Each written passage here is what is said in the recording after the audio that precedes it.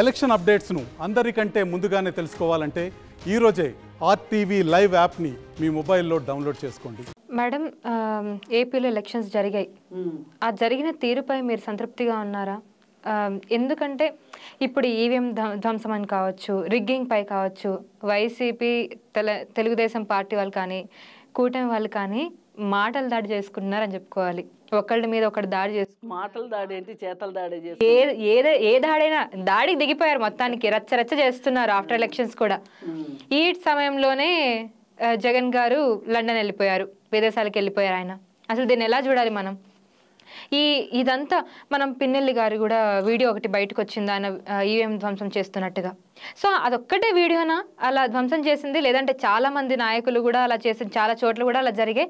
Only ఒకటే CCTV footage వచ్చింది, మిగతా చోట్ల ఎందుకు రాలేదు? 7 చోట్ల కూడా జరిగాయని తెలుసు కానీ అది ఎందుకు రావట్లేదు? ఈయనదే పదే న్యూస్ ఛానల్లో వస్తూనే ఉంది, ఈయన పేరే ఎక్కువగా వినిపిస్తుంది, ఎందుకు మిగతా కనిపించట్లేదు? ఇక్కడ ఈ ఎలక్షన్స్కి సంబంధించి మనం మాట్లాడుకుంటే ఇక్కడ ఒక 3 ముక్కలాట నడుస్తూ ఉంది ఆంధ్రప్రదేశ్లో.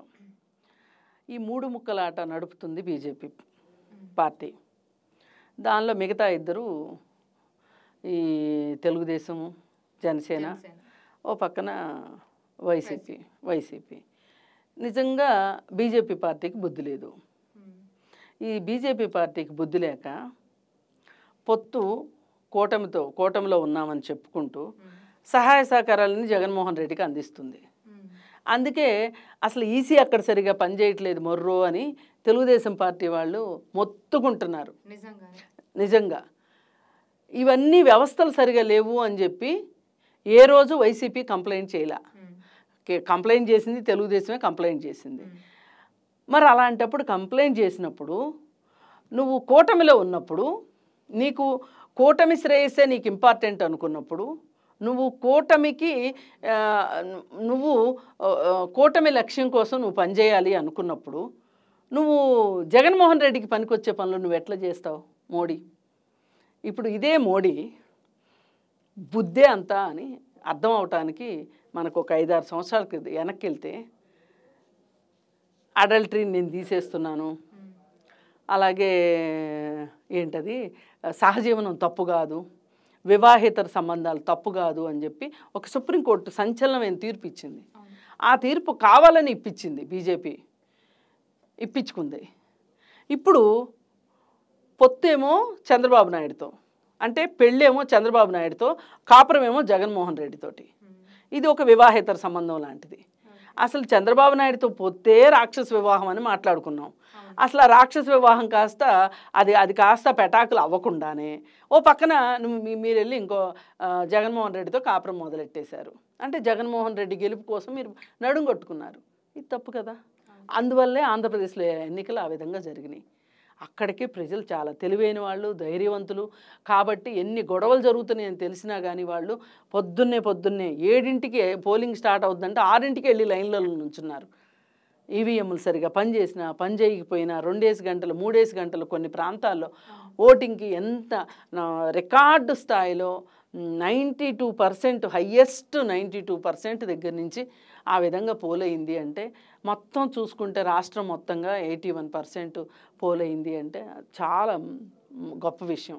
కానీ ఈ గొడవలు అంటారా, పల్నాడు ఏరియాలో మాచర్లలో ఒక వైసీపీ గ్యాంగు తెలుగుదేశం పార్టీ తరఫున పోలింగ్ ఏజెంట్గా కూర్చున్న మహిళని, అసలు మీకెంత ధైర్యం, మీ పార్టీ వాళ్ళు పోలింగ్ ఏజెంట్గా వస్తారా, అందులో ఆడదానివి నువ్వు వస్తావా అని ఆమెను బయటికి లాగి మొహం పగలగొట్టారు. మరి ఈ పరిస్థితి, ఇట్లాంటి పరిస్థితులు ఎంత ధైర్యం? ఇది చాలనట్లు ఈవీఎం ధ్వంసం చేశాడు.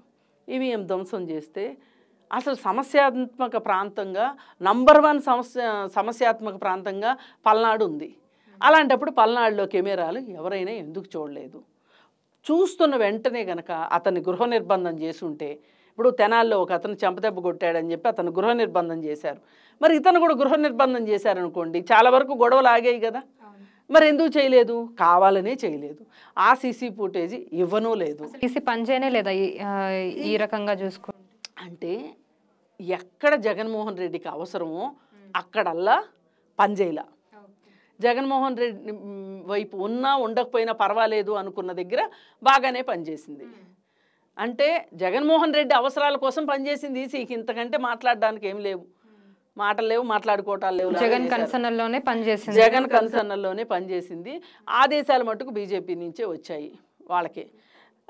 మరి ఎలక్షన్ రోజు అన్ని గొడవలు జరిగి దాదాపు మనుషులు రోడ్ల మీదకి వచ్చేసేసి బాహాబాహి అని కొట్టుకొని రక్తాలు గారుకుంటా ఉంటే ఏజెంట్లు, కొంతమంది ఏజెంట్లను అయితే ఎత్తుకొని కిడ్నాప్ చేసేసి వేరే నియోజకవర్గంలో వదిలిపెట్టారు. వాళ్ళు అక్కడి నుంచి ఇక్కడికి ఎప్పుడు రావాలి, ఇక్కడ పోలింగ్ ఎట్లా చూసుకోవాలి అంటే ప్రత్యర్థి పార్టీ వాళ్ళు లేకుండా మీరు పోలింగ్ చేశారు.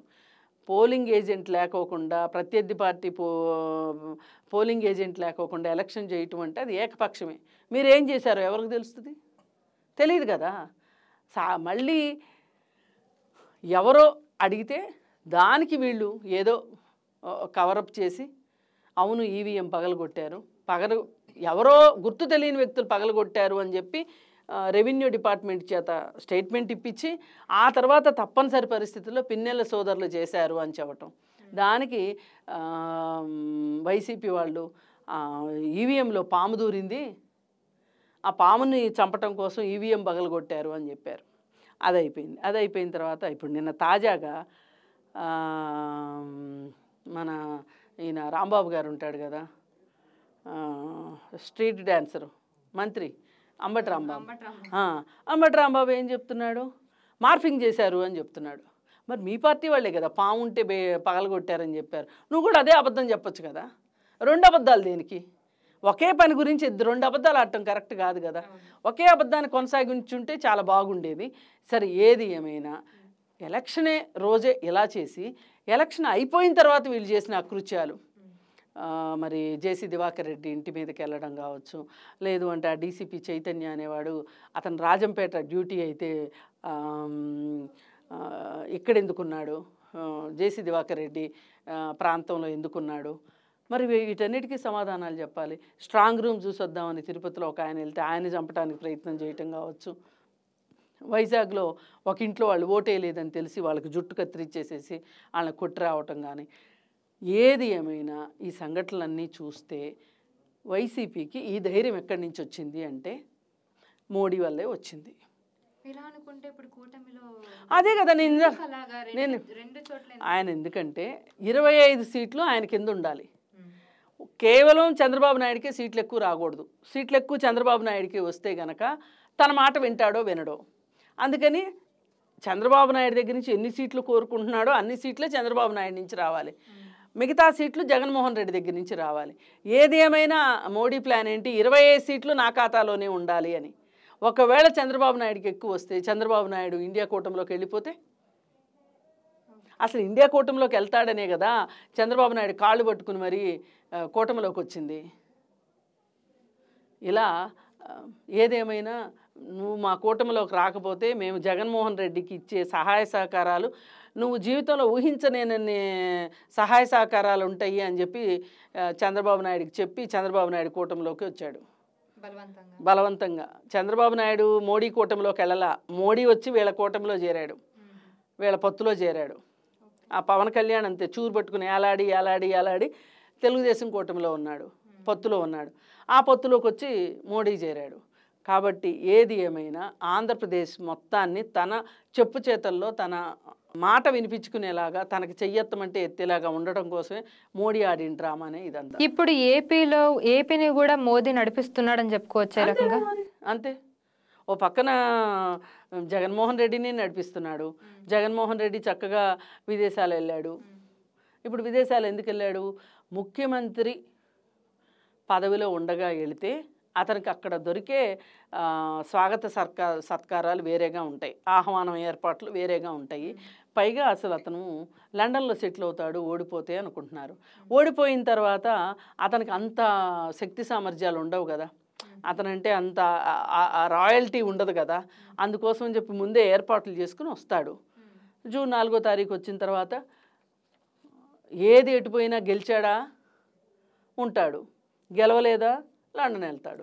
ఇప్పుడు ఈ గెలుపుపై టీడీపీ అలాగే వైసీపీ కూడా చాలా ధీమాగా ఉన్నారు. ఇప్పుడు ఈ మధ్య మళ్ళీ వైసీపీ గెలుస్తుంది అని చెప్పి చాలా మంది ప్రచారం చేస్తున్నారు. అంతెందుకు ఇప్పుడు వైజాగ్లో కూడా ప్రమాణ స్వీకారం జూన్ 9కి అంత ముందే రిజర్వేషన్లు చేస్తున్నాం, మేము హోటల్ బుక్ చేస్తున్నాం అనే ప్రచారాలు చేస్తున్నారు వైసీపీ నేతలు. దీన్ని ఎలా చూడాలంటారు అసలు? ఇక్కడ ఏమవుతుందంటే కార్యకర్తల్లో ఉత్సాహం నింపటం కోసం, ఈ కార్యకర్తలు జారిపోకుండా ఉండటానికి ఇప్పుడు వీళ్ళంతా అరిచేతిలో ఇసుక లాంటి వాళ్ళు. వీళ్ళు వేళ సందుల్లోంచి ఇసుక జారిపోతూ ఉంటుంది కదా, జారిపోనివ్వకుండా ఉండటం కోసం మనమే గెలుస్తున్నాం అని కార్యకర్తలకు చెప్తున్నారనమాట. ఇప్పుడు అమ్మ అన్నం పెట్టేటప్పుడు ఏం చెప్తుంది, చందమామ రావే, జాబిలి రావే అని రాని చందమామను చూపించి అన్నం పెడతా ఉంటుంది. అట్లాగే ఇప్పుడు జగన్మోహన్ రెడ్డి వాళ్ళు కూడా కార్యకర్తలను ఎక్కడికి పోనీకోకుండా ఉంచటం కోసం జూన్ 4 వరకు వాళ్ళ చెప్పు చేతల్లో ఉంచటం కోసం, ఇప్పుడు జూన్ 4 తర్వాత గెలిపోవటములను బట్టి అది వేరే ఉంటుంది. అసలు ఇప్పుడే వార్ వన్ సైడ్ అనే ఒక మాటలు వస్తున్న క్రమంలో ఈ కార్యకర్తలను కాపాడుకోవడానికి చేస్తున్న డ్రామా తప్పితే, మెలో డ్రామా తప్పితే వేరే ఏమీ లేదు. క్వశ్చన్ అడిగానంటే నిన్న ఒకరు నాకు ఫోన్ చేసి అడుగుతున్నారు, మన ఇంటర్వ్యూస్ అవన్నీ చూసి మామూలుగా ఇప్పుడు వైసీపీ గెలుస్తుందని అంటున్నారు. గత 3 రోజులుగా ఈ ప్రచారం జరుగుతుంది, చాలా మంది స్ట్రాంగ్గా చెప్తున్నారు వైసీపీ గెలుస్తుంది, మీరేంటి కూటమి గెలుస్తుంది అని చెప్పి మొన్న చెప్పారని చెప్పి అంటున్నారు. అసలు అందుకే మళ్ళీ ఇప్పుడు వీళ్ళు ప్రమాణ స్వీకారం రెండోసారి కూడా జగన్ సీఎంగా ప్రమాణ స్వీకారం చేస్తారని చెప్పి హోటల్లో బుకింగ్స్ చేయడం కానీ ఇవన్నీ చేయడం జరుగుతుంది. సో ఈ ప్రచారం కూడా జోరుగా జరుగుతుంది. అంటే ఇదంతా కావాలని పకడ్బందీగానే చేస్తున్నారు ఇదంతా. Thank you so much for the information. So చాలా విషయాల్ని మాతో ఈ ఇంటర్వ్యూలో పంచుకున్నారు. Thank you so much. So చూసారు కదా ఇవాళ మన ఇంటర్వ్యూ. సో మళ్ళీ ఇంకొక మంచి ఇంటర్వ్యూతో మళ్ళీ మీ ముందుంటాను. Thank you so much. మరిన్ని వీడియోస్ కోసం ఛానల్ సబ్స్క్రైబ్ చేయండి, లేటెస్ట్ అప్డేట్స్ కోసం వాట్సాప్ ఛానల్ ఫాలో చేయండి, అండ్ లింక్ డిస్క్రిప్షన్ లో ఉంది.